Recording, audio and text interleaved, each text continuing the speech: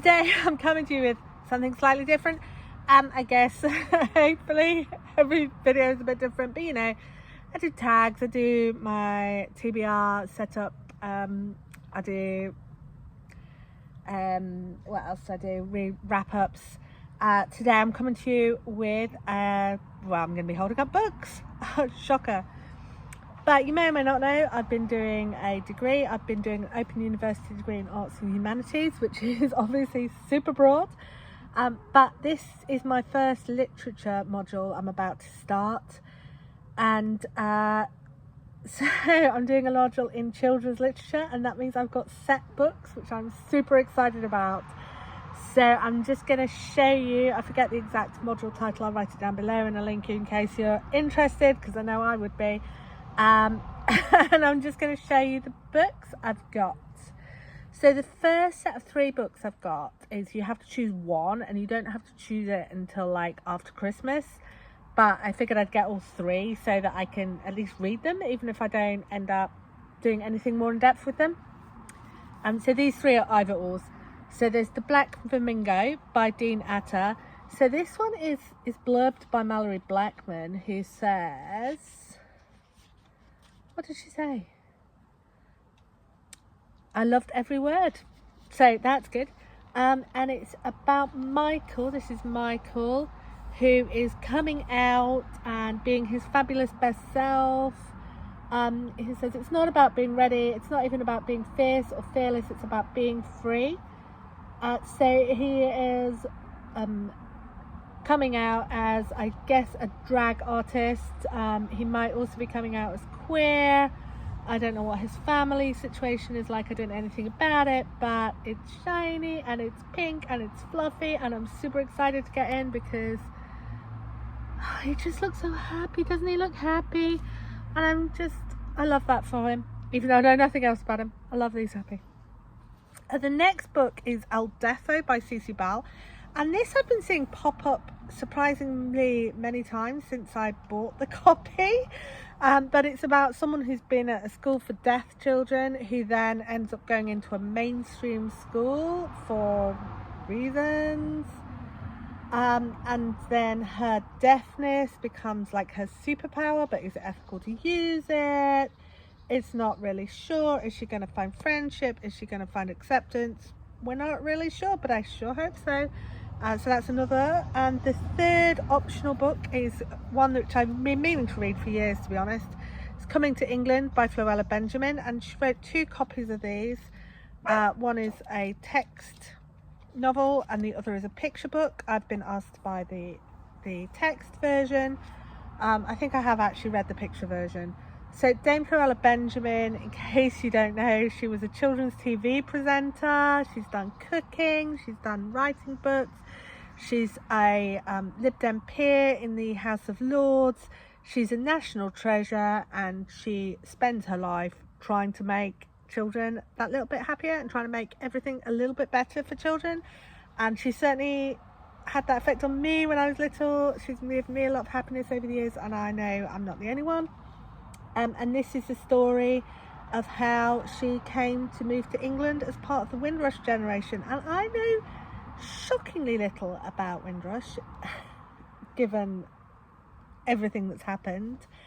But we are very, very lucky to have her here. And apparently she came from Trinidad, which I did not know.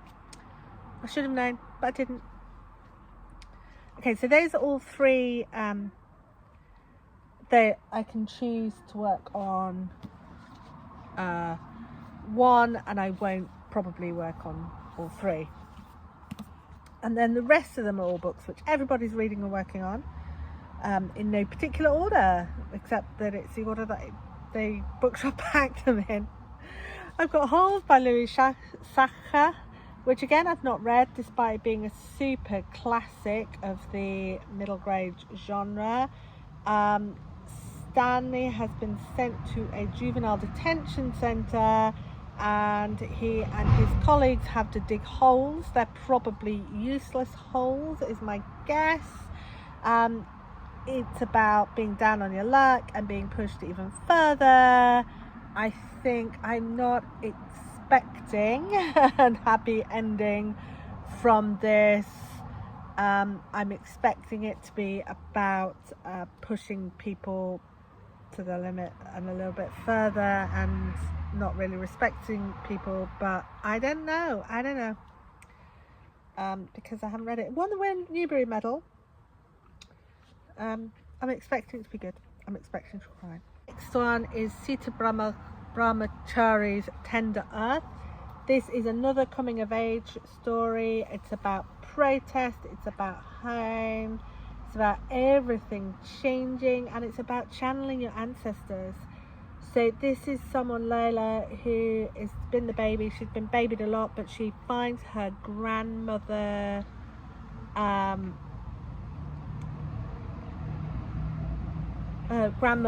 protest book, and that kind of helps Layla find her voice, discover herself, find an identity, and make her own protests. So it's about using your past to channel to your future, and I expect it to be very, very powerful. And again, I expect to cry a lot. I've already cried reading these books. So the next book is one I have read, and that's Roll of Thunder, Hear Me Cry by Mildred D. Taylor. This is a coming out of slavery, growing up in Mississippi in the 30s. It's about land and anchorage as a land, and it's about freedom, and it's about horrible people being horrible to lovely people.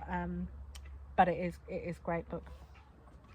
Another one that I've read is Tom's Midnight Garden by Philippa Pearce. This was a staple of 80s children. Anybody who was born in the 70s or 80s has probably read this. I wonder when it was written. Published in 1958, actually. So probably anyone who was born earlier than that. A lot of people born earlier than that will have read it.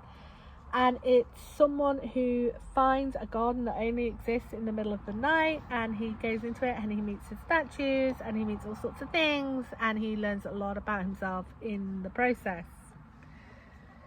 And then we've got two picture books.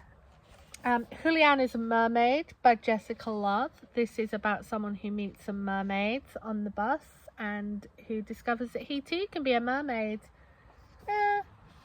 Mermaids, drag queens, who knows. And this is Nana, who is just going to help Julian live his best life, and it is so positive, and it's so full of colour and life and joy, and it's just beautiful. See, here is Nana giving Julian his first necklace. It's just brilliant. It's a beautiful book. My second, and this is the one which made me cry when I wasn't expecting it, is It's a No Money Day by Kate Milner.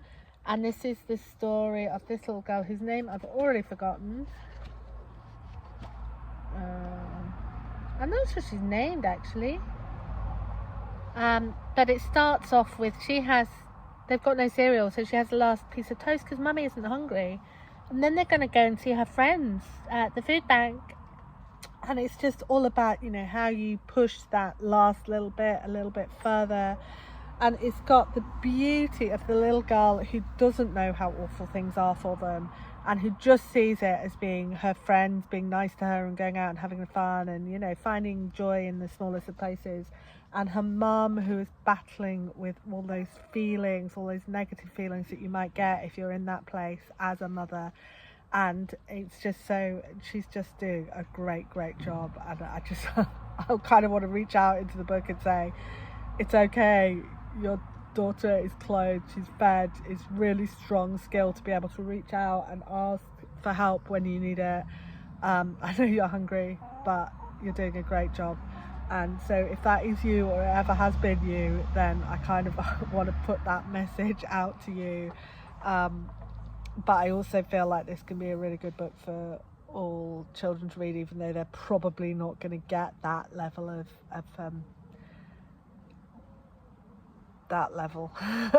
for them. So It's a No Money Day by Kate Miller. So I'm very excited for the course, and I expect to those are the books that I've read I really loved, and I expect to love the rest of them, and I expect to get a lot out of this course, and I'm super excited to start it, which I will be doing in September. Yes, so I don't even know what questions to ask, but if you have a comment, I love reading your comments, and I will see you soon. Bye.